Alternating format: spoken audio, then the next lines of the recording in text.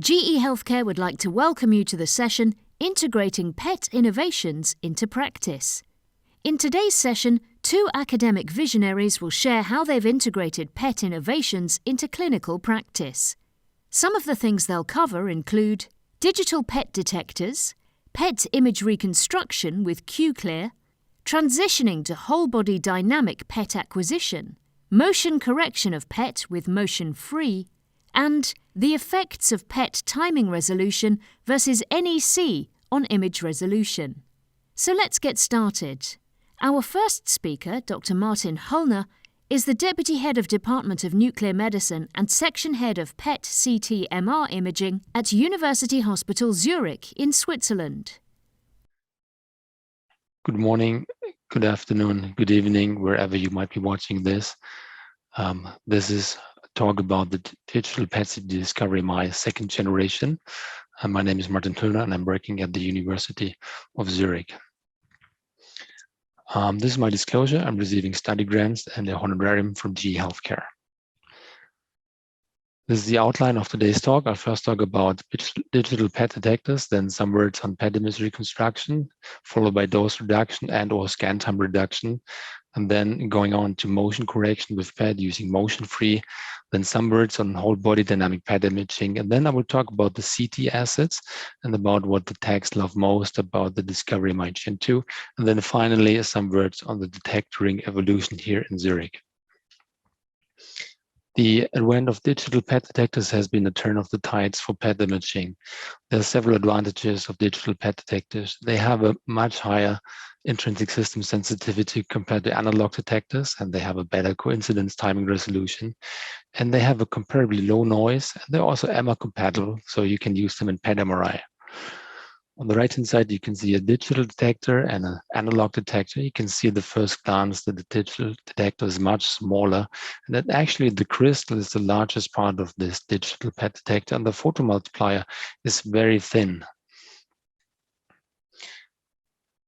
In the present year, there's already a dominance of digital PET scanners in parts of Europe, such as Scandinavia and the Benelux countries. And in Switzerland, the last new analog PET scanner has been installed in a hospital approximately 3 years ago. The discovery MI-Gen2 comes with a flexible configuration of 3 up to 6 detector rings.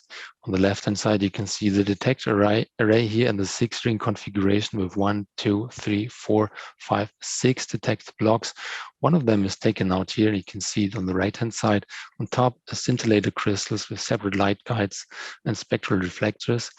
And below that, the silicon photomultipliers, the digital component, and below that the thermoconductive pad, which takes away heat from the system and thereby increases the system stability.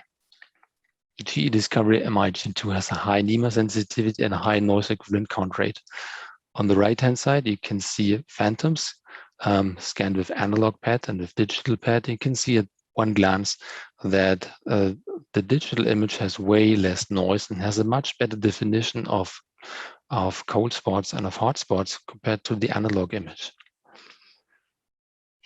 This is data from a study by Kinahan et al. Published in EANM Research last year, and they compared digital PET systems, among them several digital systems here in blue, and the GE Discovery MI-Gen2 had the highest NEMA system sensitivity, and keep in mind this is the 5-ring configuration, not the 6-ring configuration.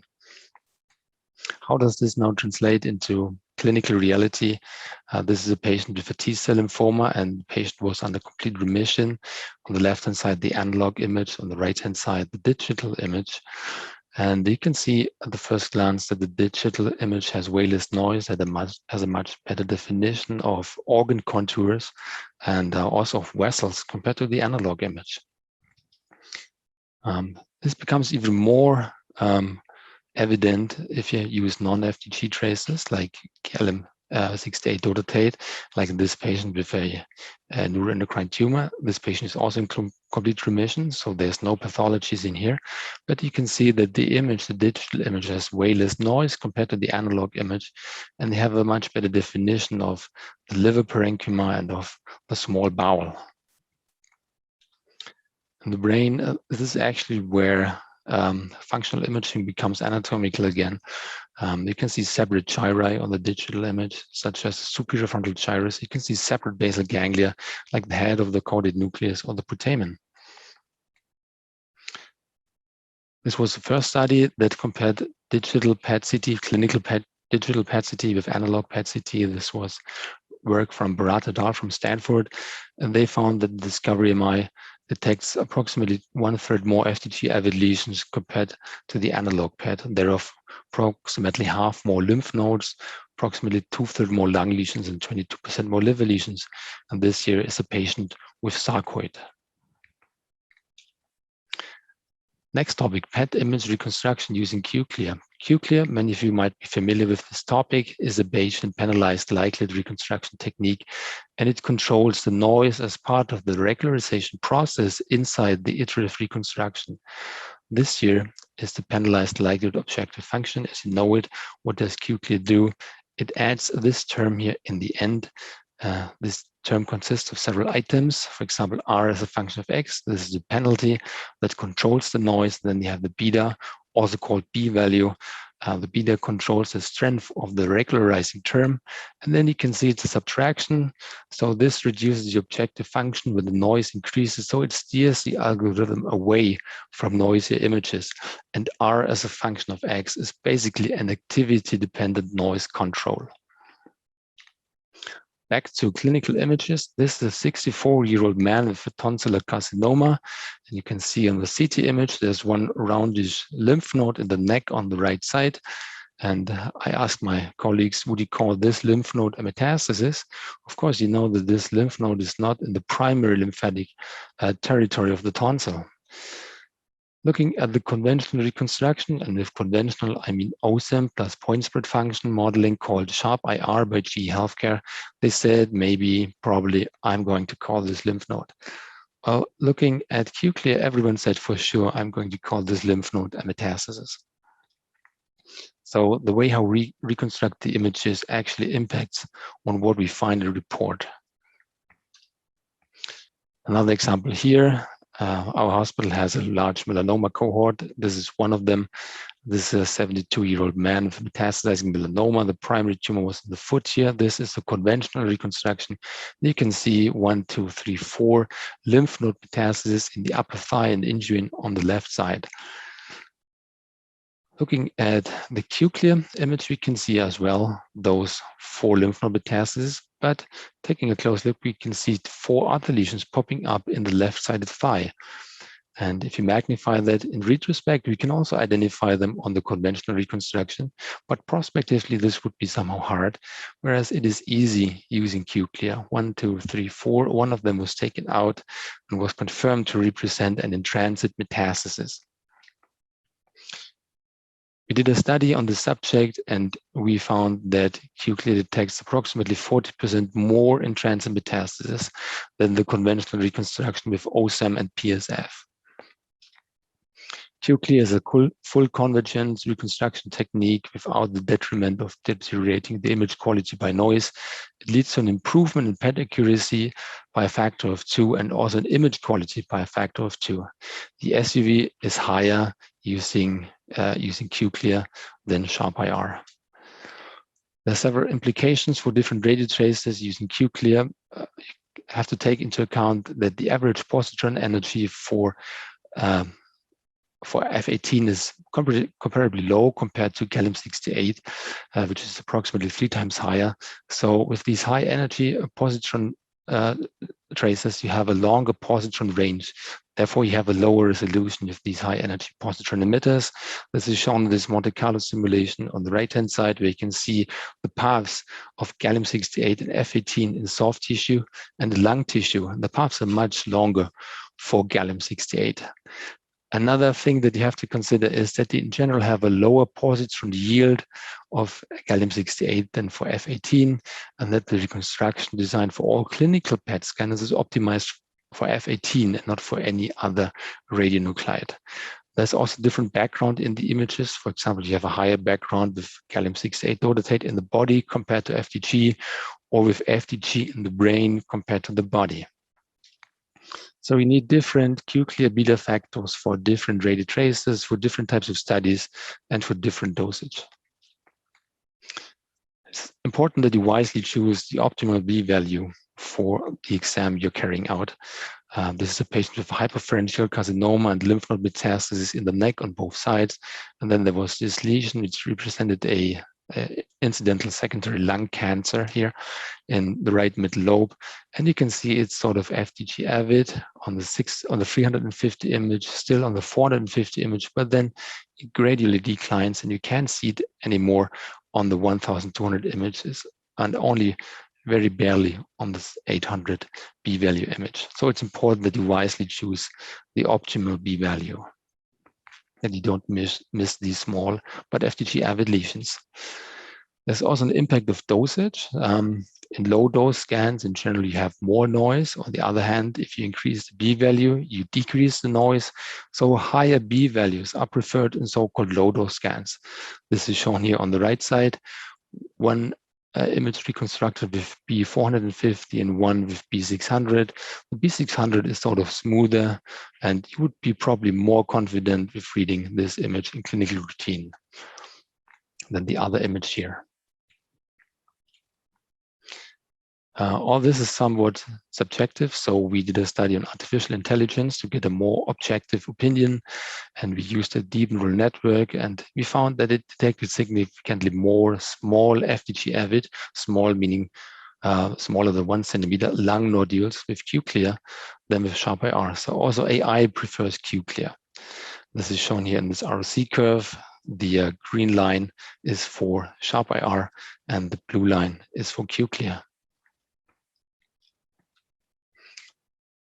Next topic, dose reduction and scan time reduction. You do reduce the dose with the ASV by approximately 80% compared to filtered back projection. This was shown in the Phantom study. And then you have additionally DLIR. With DLIR, you can also reduce the dose by increasing the noise index. With PET, dose reduction is possible from 40 to 60% in clinical routine oncology studies. So both components, the PET component and the CT component, contribute to the dose reduction. This is a patient with a pancreatic that was metastasizing on the left-hand side, the analog PET before therapy on the right-hand side, digital PET after therapy. And although the dose was approximately half, the image on the right-hand side looks much better in my opinion. If you do a lot of scans in adipose patients, you know that the image quality is decreasing when the BMI is increasing. So we came up with a BMI adjusted dosage regimen for FDG, and this leads to a dose reduction by 40% in more adipose patients, BMI more than 25, and by even 50% in very lightweight patients. The maximum dose we're currently injecting is 320 megabecquerels of FDG. You can, as I said, you can reduce the dose or the scan time, or you can do a combination of both things. And this slide here shows the potential of scan time reduction. This is a patient with an NSCLC, a pancreas tumor on the left side, in the left upper lobe here in the sulcus. And the left image here is a B450 image, and this exam was acquired with 2.5 minutes acquisition time per bed position. Well, going now down by approximately 40% time, so going to 1.5 minutes acquisition time, you can see that you still have a nice image that you would probably be confident with reading it in clinical routine. If you take a look at the axial slices, we can see that the SUV of this lesion is actually unchanged, going from 6.2 to 6.3. If you're reducing the scan time another 40%, this gives us a bit more noisy image here. And you probably would not be that confident anymore with reading this image in clinical routine. However, the SUV is well preserved again. What can you do now? You can increase the beta value, as I told you before. So for example, going from 450 to 600, and this again gives you a nice smooth image with less than 1 minute acquisition time, 54 seconds per bed position. The SUV now is going down a little bit, but if you compare those two images here, 2.5 minutes versus less than 1 minute, I would say that we are still confident with reading such an image in clinical life. And altogether, this was a reduction in scan time by more than 60%. Motion correction is an asset of the GE Discovery MI-Gen2 using motion-free. Formerly, we and many others also use the RPM system, which stands for real-time position management, and relies on a reflective marker that's placed on the top of the patient where you expect that motion occurs, so you have to do some guessing, and a motion registration device, which is basically an infrared camera. Now, with motion-free, this becomes completely deviceless. You don't need a marker, you don't need a camera. It relies on a principal component analysis, and it does a data-driven gating. So there's no external device. It's fully automatic, and the images are only corrected for motion if motion is detected. In our cohort, such was the case in 1.15 bed positions per patient. So not in a lot of bed positions, actually. So there's no camera, there's no marker, there's no mounting and unmounting of devices. And there's actually also no guessing where motion might occur because this is done by the scanner. If you compare the workflow, in orange here, the RPM workflow, you have to connect the device, place it, monitor it, do scans, and then confirm the data tracking, stop gating, and disconnect and unmount. And with DDG, there are only 4 steps. You do the scout scans, you prescribe the scan, you do the CT scan, and then the PET scan. And this is exactly the same workflow as for a non-gated PET acquisition. There's no difference. The only difference is that the button is active, and the button for DDG or motion-free is active in Zurich in oncology PET scans in every single patient. Benefits are that you have much better images, actually most of the time. This is one example here. This is another melanoma patient. This is the non-gated image. You can see there's an FDG-avid nodule in the left lung. If you correct for motion with DDG fully automatically, we can see that this nodule becomes more roundish now, and also the uptake is increasing. Here the comparison side by side. The SUV was increasing from 9 to 14. Now, if you take a look at the other lung, the right-sided lung, you can see there's nothing special on the non-gated image, but on the gated image, we can see that there are 2 more FDG-avid nodules popping up. If you take a look at the Excel slices, we can see that those nodules correspond to 4 and 6 millimeter small nodules in CT, and they're very faintly, if at all, avid on the non-gated image. But on the gated images here, they are quite avid. The upper one was increasing from an SUV of 1.6 to 6.2, so quite considerably, I would say. Another example here, not in the lung, but in the upper abdomen. This is a patient with liver metastasis for breast cancer. This is a non-gated image, which is quite decent, I would say. However, we can still improve it by using DDG or motion-free. This is shown here. The lesions become much more roundish and have a higher uptake. And there are also some additional lesions that we can see. For example, this one in the left lobe of the liver. This is a study by our group, published in BJR. This is about the clinical impact of motion-free, and we found a better organ definition in more than 60% of patients, additional lesions, and a change of report in approximately 1/4 of patients, and a change in patient management in less than 10%. Whole body dynamic PET, I will only show one slide because this is still a research application. It basically differentiates intracellular and extracellular FDG. This is a patient with a lung cancer. This is a clinical SUV image acquired after 60 minutes. And this is the KI image, so the glucose influx image. And we can see that only true metabolism is preserved here. The cancer is still seen. And this here on the right-hand side is the volume of distribution image. And there we cannot see the cancer anymore, but we can still see this tiny nodule here next to it, which is actually only FDG in the blood pool, unmetabolized FDG, and represented a clot.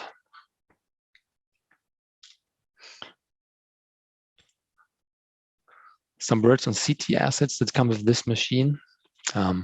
One of them is metal artifact reduction. It's called Smart MRR by GE Healthcare. It's a real-time reconstruction technique, a projection-based technique, so you don't need to do a separate scan for it. And in my opinion, it's particularly useful in PSMA studies because those patients have often metal in the hips, sometimes in both hips, as in this patient here. And you are searching for small lesions in the pelvis, in the prostate bed, in the pelvic lymph nodes, or in the pelvic bones. This is the image without MAR, and on the image with MAR, you can see that all these artifacts are gone. You can see again the internal obturator muscle and the fatty tissue in the pelvis. This is one example where it was advantageous in a PSMA study. Of course, everyone would have picked up this small metastasis here in the femur on the right side, also on the non-metal artifact reduced image. But what you only see on the MAR image is that there's a small fracture of the lesser trochanter where this metastasis is seen. DLIR stands for Deep Learning Image Reconstruction. It's called True Fidelity by GE Healthcare, and it relies on a deep neural network, and it yields superior or equal image quality as ASA-V in every single patient. It has also a better noise texture than ASA-V in 9 out of 10 patients. This might not be that striking as the metal artifact reduction, but if you compare those two images, you can see that the noise is reduced considerably. Take a look at the liver. The parenchyma is much smoother. Also, the fat is much smoother here, and the vessels and the bowel is better defined on the True Fidelity image. What our techs love most, actually, the first thing they love most about this machine is the dose reduction, because they're exposed to a lot of dose. The second point that they mention is again dose reduction, because it's so important for them, and the fourth point as well. And if they ever come to a fourth point, it's the possibility for true whole body acquisition. Now, what does it mean? It means this smart engineering solution here, a table add-on, and this table add-on prevents that you have to reposition the patient for a whole body scan. You can scan patients up to 2 meters in body height in one go. So there's no separate acquisition anymore of the lower legs in these large and these tall patients. You can do them in one go, and this saves time for the patient, for the text, and for yourself as well. Another feature of this machine is auto-in and auto-retract. It means that the gantry table and laser are fully operational from the scanner console, so from outside the scanner room, and this is shown in a video. You can see that the tag is entering data here in the console outside the scanner room, and the table is moving fully automatically. It's moving into the machine. Also, the scanner is operational from outside. And this was no time lapse. Our tags are really working that fast. Last point, detector ring evolution at UZ. 9 years ago, we had an analog scanner, which was new at that time, a new machine. Was the GE 690, and 5 years later, we had the first digital 4-ring system, and the intrinsic system sensitivity was increased by a factor of 2 at that time.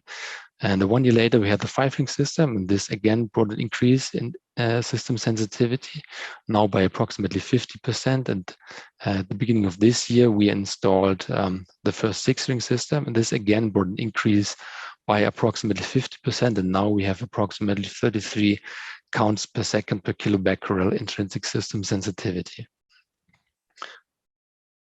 In general, going from 5 rings to 6 rings, which we did in March earlier this year, we increased the C-axis coverage technically by 20%. So alone with this, you can reduce the scan time.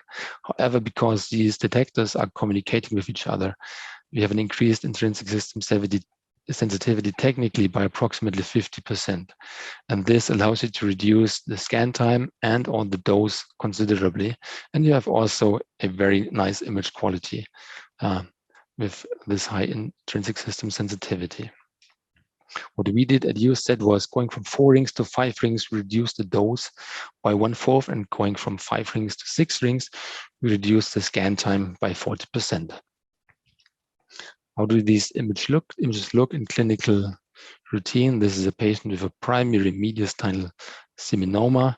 You can see that these images are very smooth and very nice.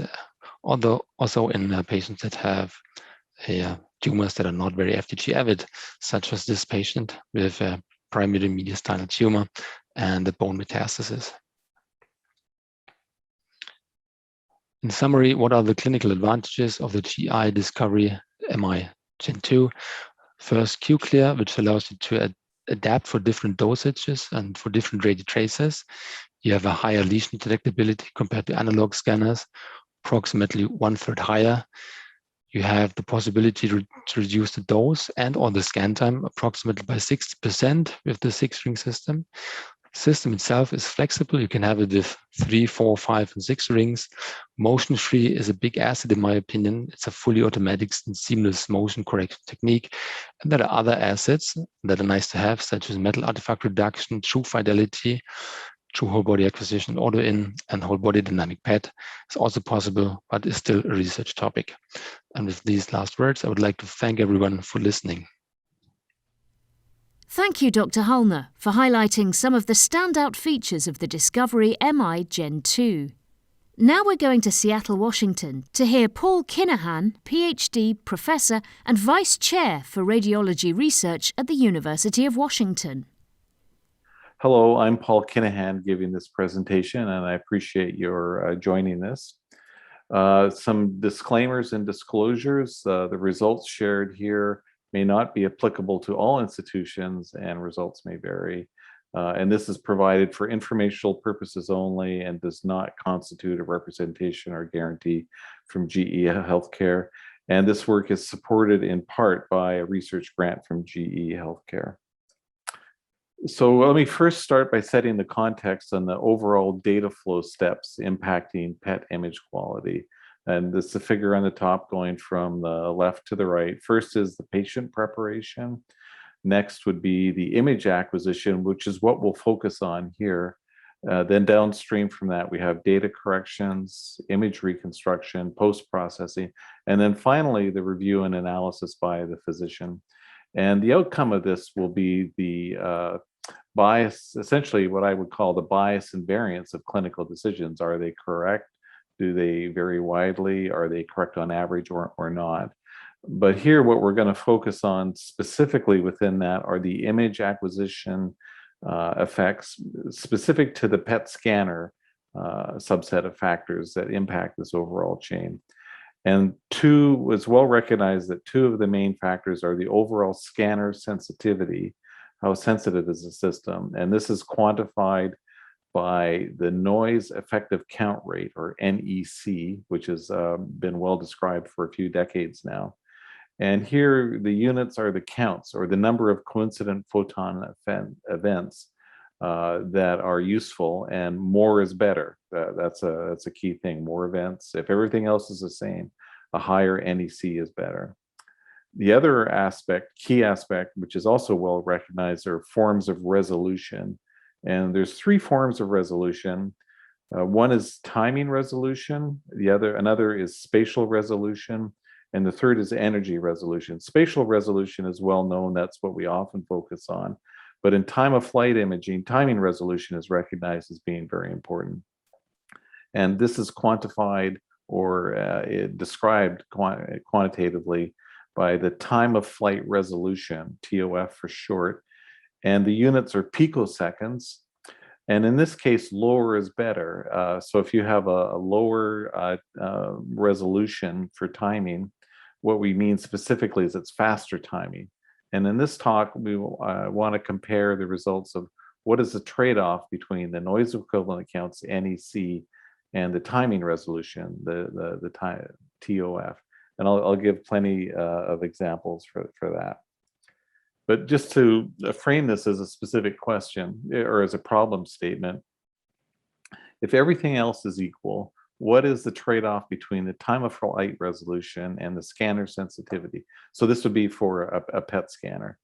And I have a hypothetical illustration. On the x-axis is the noise equivalent count rate of a system.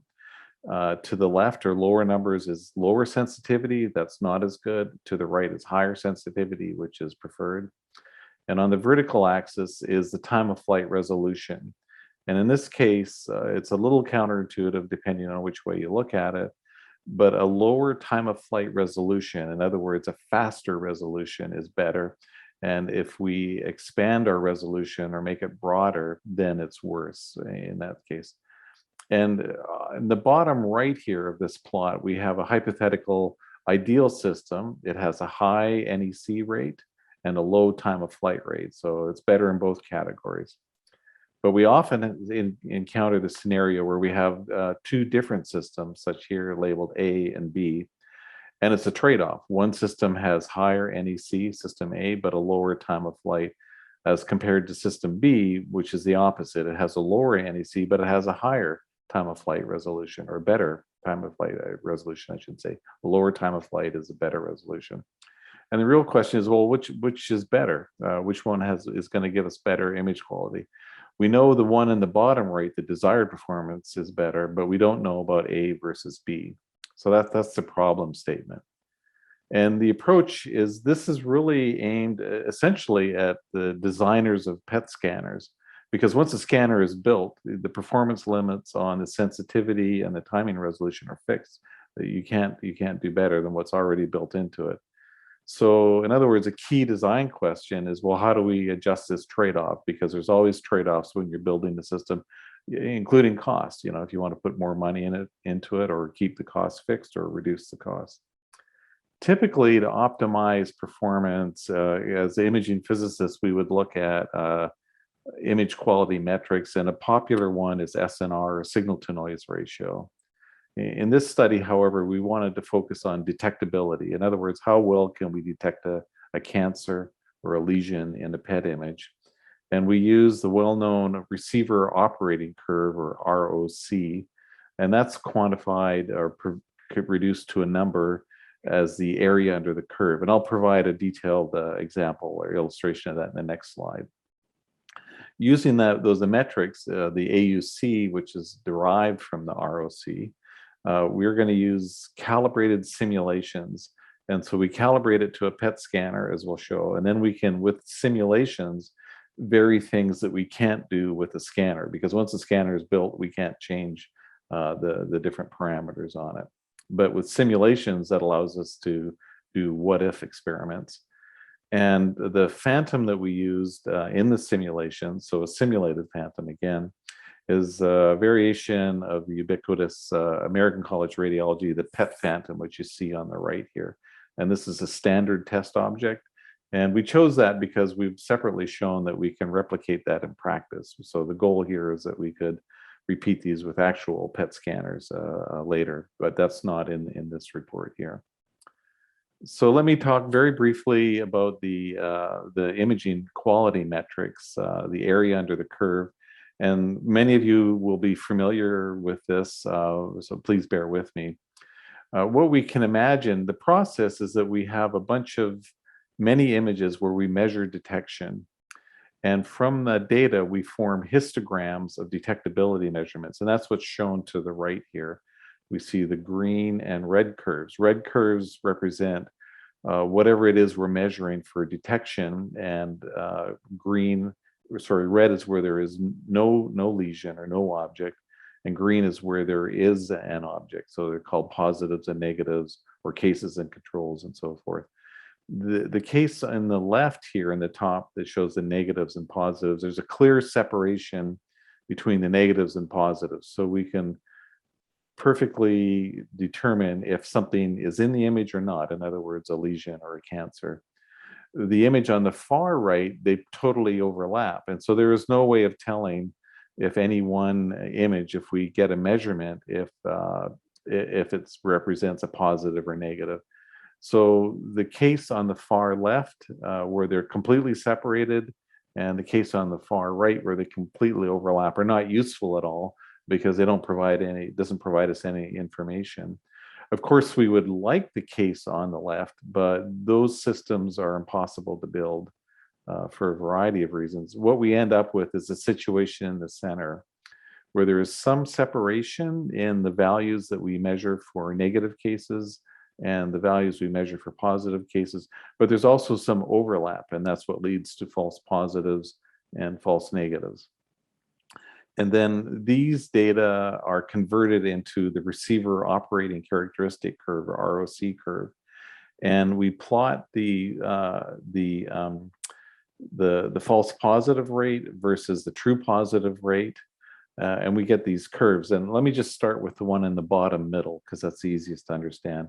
So for a certain false positive rate, we'll have a true positive rate. And in the best possible case, we would go to the case that's in the bottom left, where we go, everything that has a false positive rate of 0 means there's nothing. And then above that, we have the true positive rate as being 1. What that means is that everything is either perfectly determined as either being present or absent, as is shown by the histograms above. In the middle one is where we see that there's some room for error, and the bottom right is where we have the random guessing. Essentially, the area under the curve is 50% or 1/2. It means we just couldn't do any better than if we were guessing randomly, or random guessing is as good as the test. This is a very quick overview, but what we're quantifying from all of these studies is the area under the curve, and which is shown by the gray area. And the closer it gets to 100% or 1, the better a system is at detection.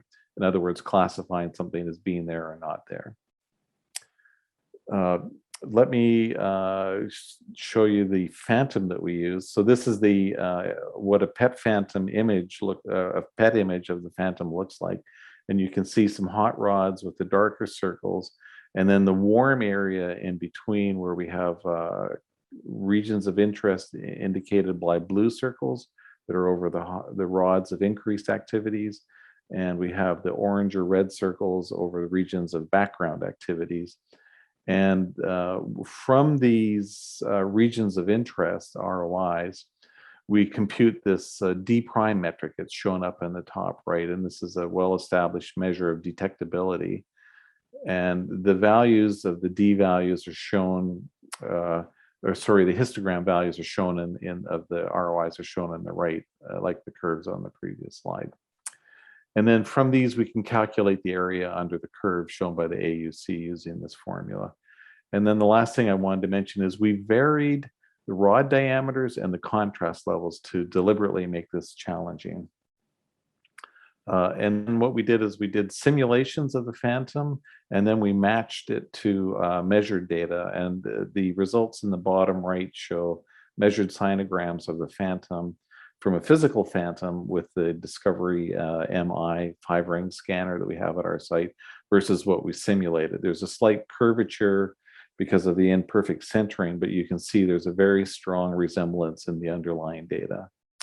When we established this correspondence, we then repeated the simulations with different levels of noise equivalent counts, and now we were free to change the time of flight resolution, which we did over a clinical range going from 193 picoseconds, which is very good, to 550 picoseconds, which is not as good in terms of timing resolution. And importantly, we also included the other physical effects such as scatter, randoms, and attenuation. These are the results. This is pretty busy, so I'll walk you through it.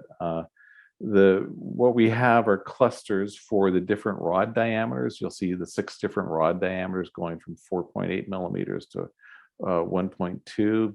And then in each clusters, we have the different levels of noise equivalent accounts. And then there's separate triplets within each cluster showing the different timing resolution.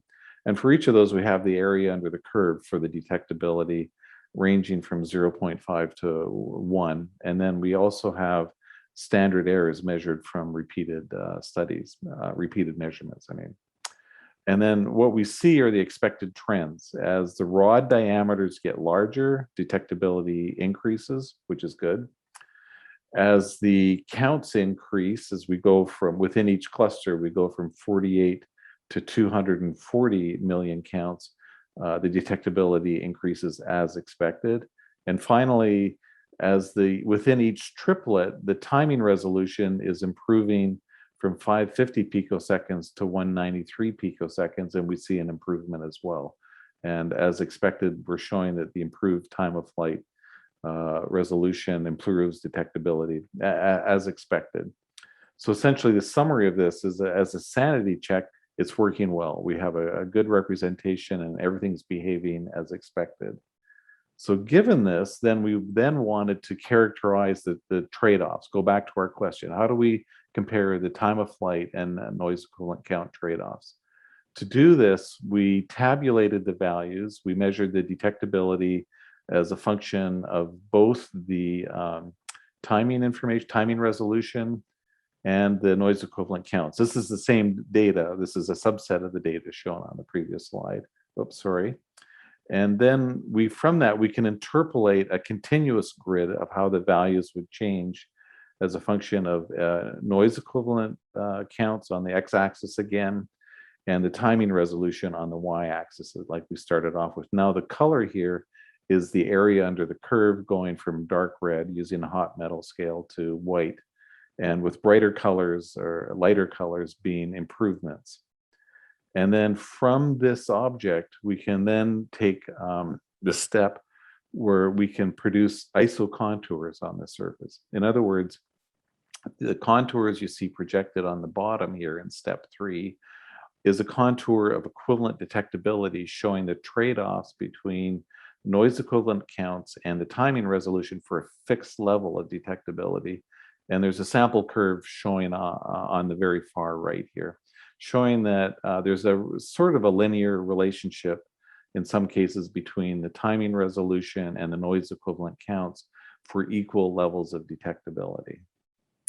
So to sum it all up in my last slide here is we're going to revisit the problem statement. And what I did was it superimposed this interpolated area under the curve map onto our problem statement. And in this case, you can see that system A, as it works out in this example, which has a higher NEC and also a higher time of flight, but worse time of flight resolution, actually is going to have a higher area under the curve than system B, which makes the opposite trade-offs. So this is a way we can determine, at least for detectability, which is a better system. And in this simulation study, system A is preferable. And to summarize our findings, for low contrast and small diameter rods, there is a roughly linear relationship between the noise equivalent counts and time of flight for a fixed level of detectability, which was the graph I showed on the last slide. However, as we didn't have time to go into, if you have higher contrast, the AUC is really only dependent on the noise equivalent counts than time of flight resolution. And in parallel to that, we can say that a gain in counts, say a factor of 2 gain in counts, for example, in noise equivalent counts, increases the detectability more than an equivalent, say, factor of 2 improvement in timing resolution. So these results are intended to provide guidance on comparing detectability between scanners, potentially also for protocol optimization, I should say, and for future scanner design. And I thank you for your attention to this very detailed talk and would be happy to correspond with interested parties. Thank you. Through Dr. Kinahan's presentation, we learned that, for higher contrasts, the area under the curve, also known as AUC, is more dependent on NEC than time of flight, or TOF, resolution. We also learned that a gain in counts, NEC, increases the AUC more than the equivalent percentage improvement in TOF resolution. These findings, outlined by Dr. Kinahan, along with the insights provided by Dr. Hüllner, are just a few examples demonstrating how the future of molecular imaging is personal. We invite you to learn more at the GE Experience at EANM’21 Virtual.